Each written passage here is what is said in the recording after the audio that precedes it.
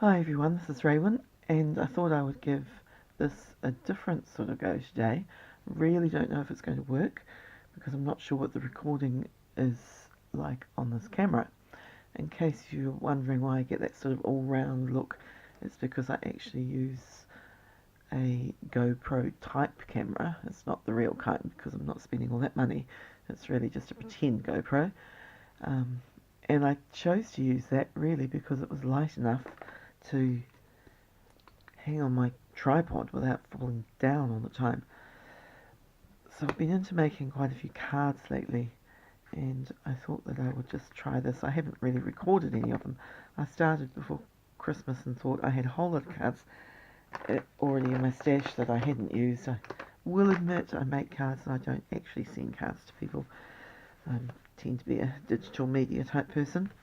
But my son and his partner were, well, they're still going to do it, a sponsored bike ride, and I thought this was an excuse really to take my cards to school where I work and sell them, because I wasn't sure if I felt comfortable just selling them for my own profit. So I took them over on Christmas, and they turned out to be a bit of a hit. So that was golden fluid acrylic in green gold, and now I'm going to use some quinacridone burnt orange. Not sure if that's the colour I wanted actually, but now I've seen it, we'll give it a go. So yeah, I've been making these cards and taking them and sort of, I guess, feeling quite proud that people quite like my work, and continuing to sell them, just not for very much, but enough to make a few dollars for the fundraiser. So I'm using baby white to spread this paint around, and I did just dry the first colour in between. Using the baby white because it's really quite quick and easy to spread paint around. I don't feel like I'm wasting any paint particularly. I'm putting it on a palette first. Just go for it.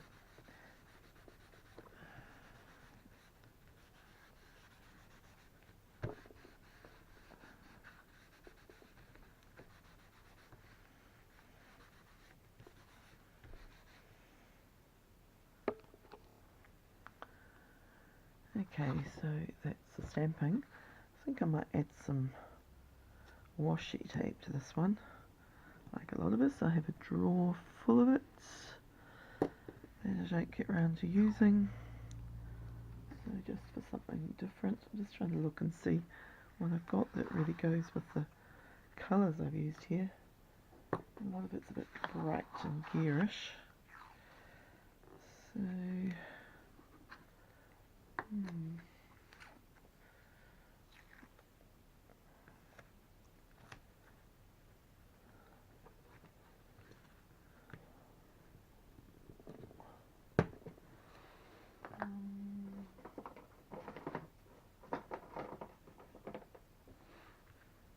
this one. I have a thing these days where I quite like ripping the washi along its length. Quite like that effect when you just get that one edge that's got the ripped edge. Gives a bit of variation as well.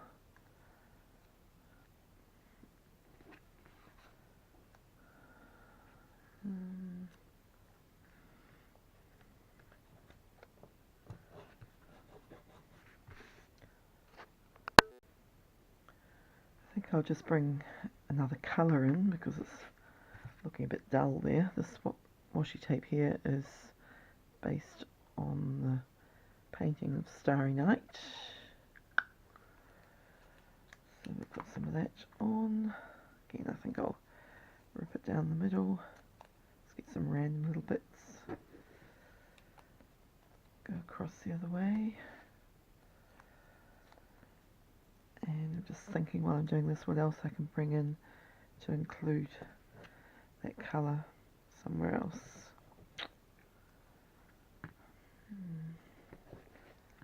I also have this little skinny one.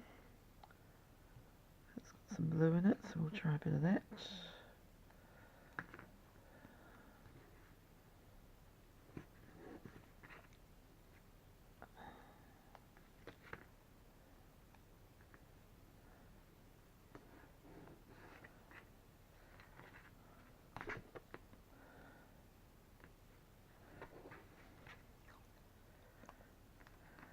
this is a bit the same sort of everywhere I'm going, but as I say, it's going to get cut up in the end anyway. Maybe it just needs something across the middle there. We'll just get another piece there. And bring a bit of that in.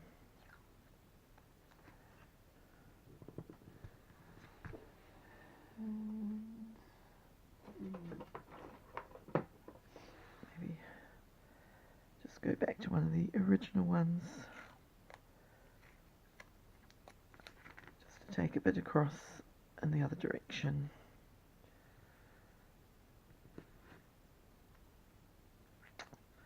And I think that will do for the washi. Okay, so to bring in some blue, I'm going to try using these infusions from Paper Artsy. I've got slate blue and in the navy. They have this sort of walnut ingredient in them as well, which means that if you don't dry them quick enough, you get it's very brown.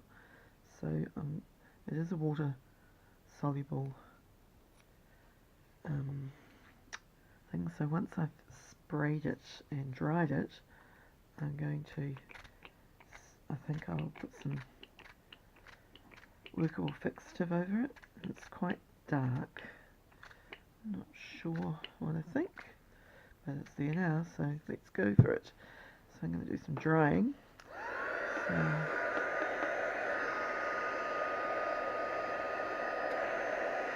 I won't make you listen to all that. So I've sprayed with the workable fixative and hopefully that will hold. I'm not sure now about this washi tape. I'm hoping it sticks down. I don't really want to go over it with a medium at the moment to hold it down. I just want to see how it goes. So I want to do some more defined stamping, I think. I've got these other stamps which are also from Viva Las Vegas stamps, and I'm going to do those to start with, I think with StazOn, because the stamp pad's a bit juicier and I think I get a darker image. So I'm going to do this little signpost thingy in a few places.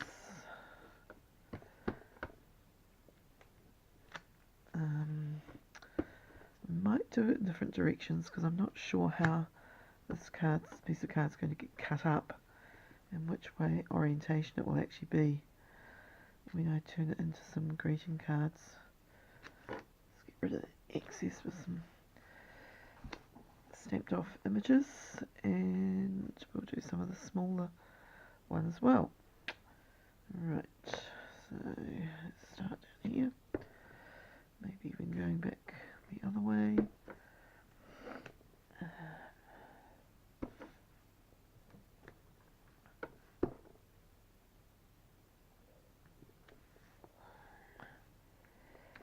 And that will do. I might use this hand, but I might just wait for a bit and see what I think. Now, I've been playing with some of these backgrounds and using my latest little buy. Where I live in New Zealand, we don't have great big huge art and craft shops like we do in the States or maybe even in the UK.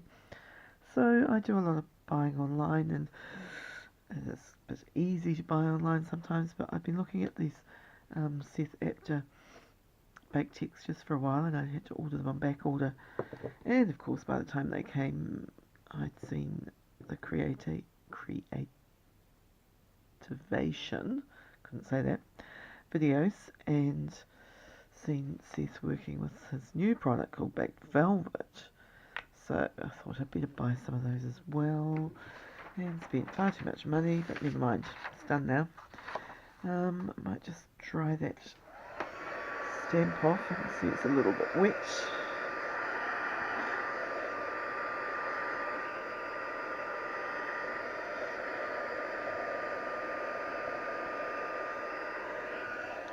It's okay.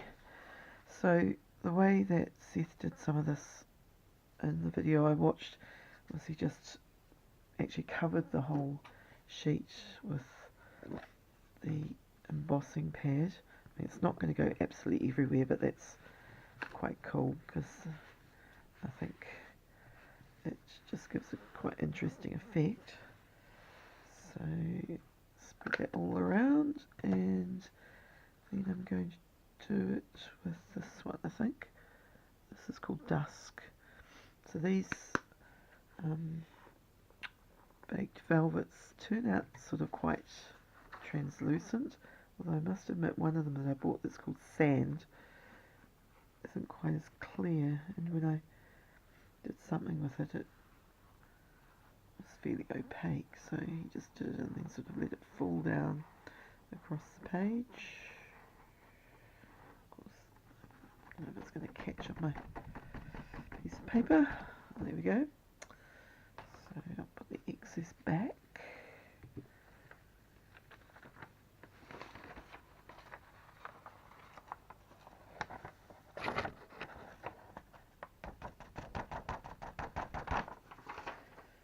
And I will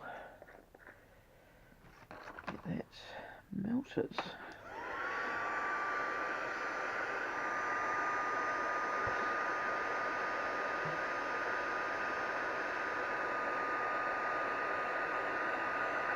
See, you see it melting, but it gives quite a subtle effect. I won't make you watch it all.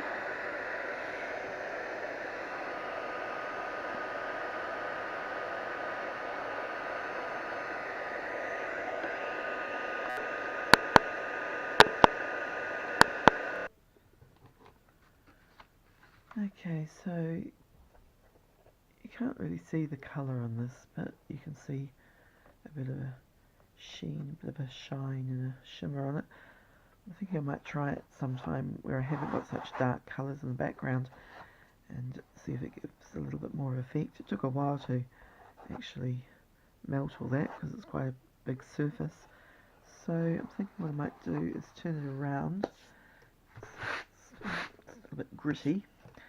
And start from the other side and use the other colour I've got out. Just put some little bits in there. I have got some colour swatches. These are the baked velvets, so I use this dust colour. Now I'm going to use the Sedona. And get my piece of paper.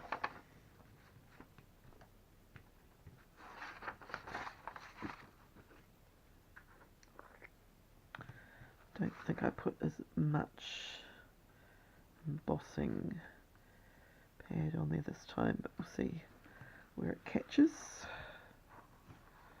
I probably could have just heated up what was already on there and remelted it maybe, but I did want to try and see if I could get it in different places. I've just got a bit of a line there from the pad, so I might just knock some of that off. Seem to have done that a few times. Okay, oops, it's gone over the edge. Yeah. Don't like wasting this stuff. It's too expensive.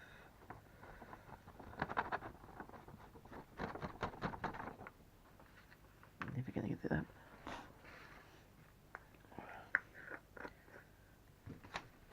Okay, I'll start to melt it, but I'll go off again to finish it.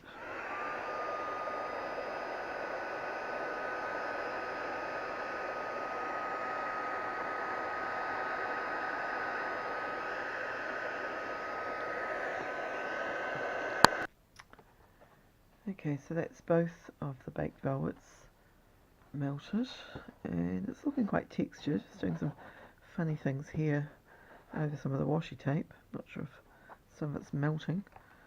I'm going to do one more thing with one of these products. These are the colours of the baked textures that I got. I've got the patina oxide, vintage beeswax Sunset and Ancient Amber. So I think I'll use this sunset colour with this little hand. So I will put that in some various places again. I'm not sure which way the piece is going to be in the end, so we'll just do some random ones, which I'm not going to remember where they are, but we'll figure this out.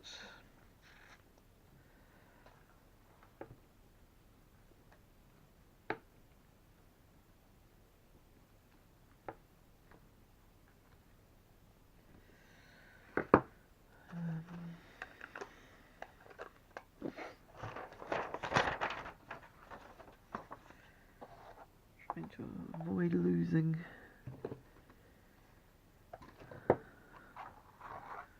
any of the powder. This one has all sorts of different colours in.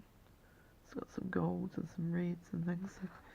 So I have no idea where they are anymore, so we'll just have to go for it all the way over. See what happens without losing it. Sticking to all sorts of other things. Okay, I can see a couple here.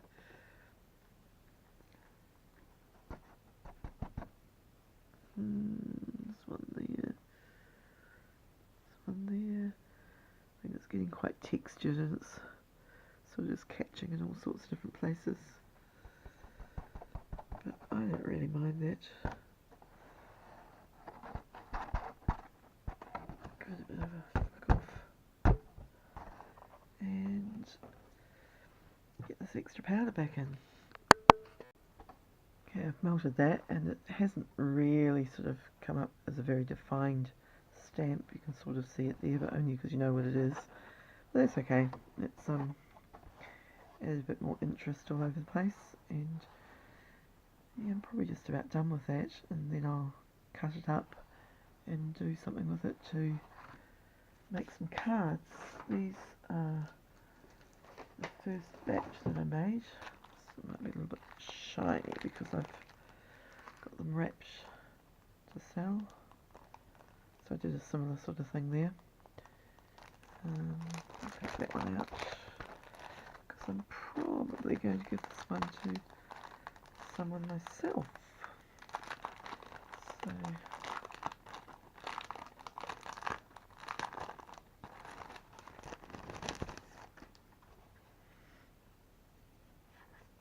yeah, still quite shiny because the surface of it actually is quite shiny.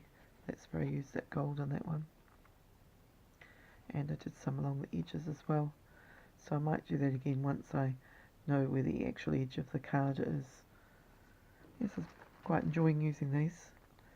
Quite fun, and making myself do a few more layers of things.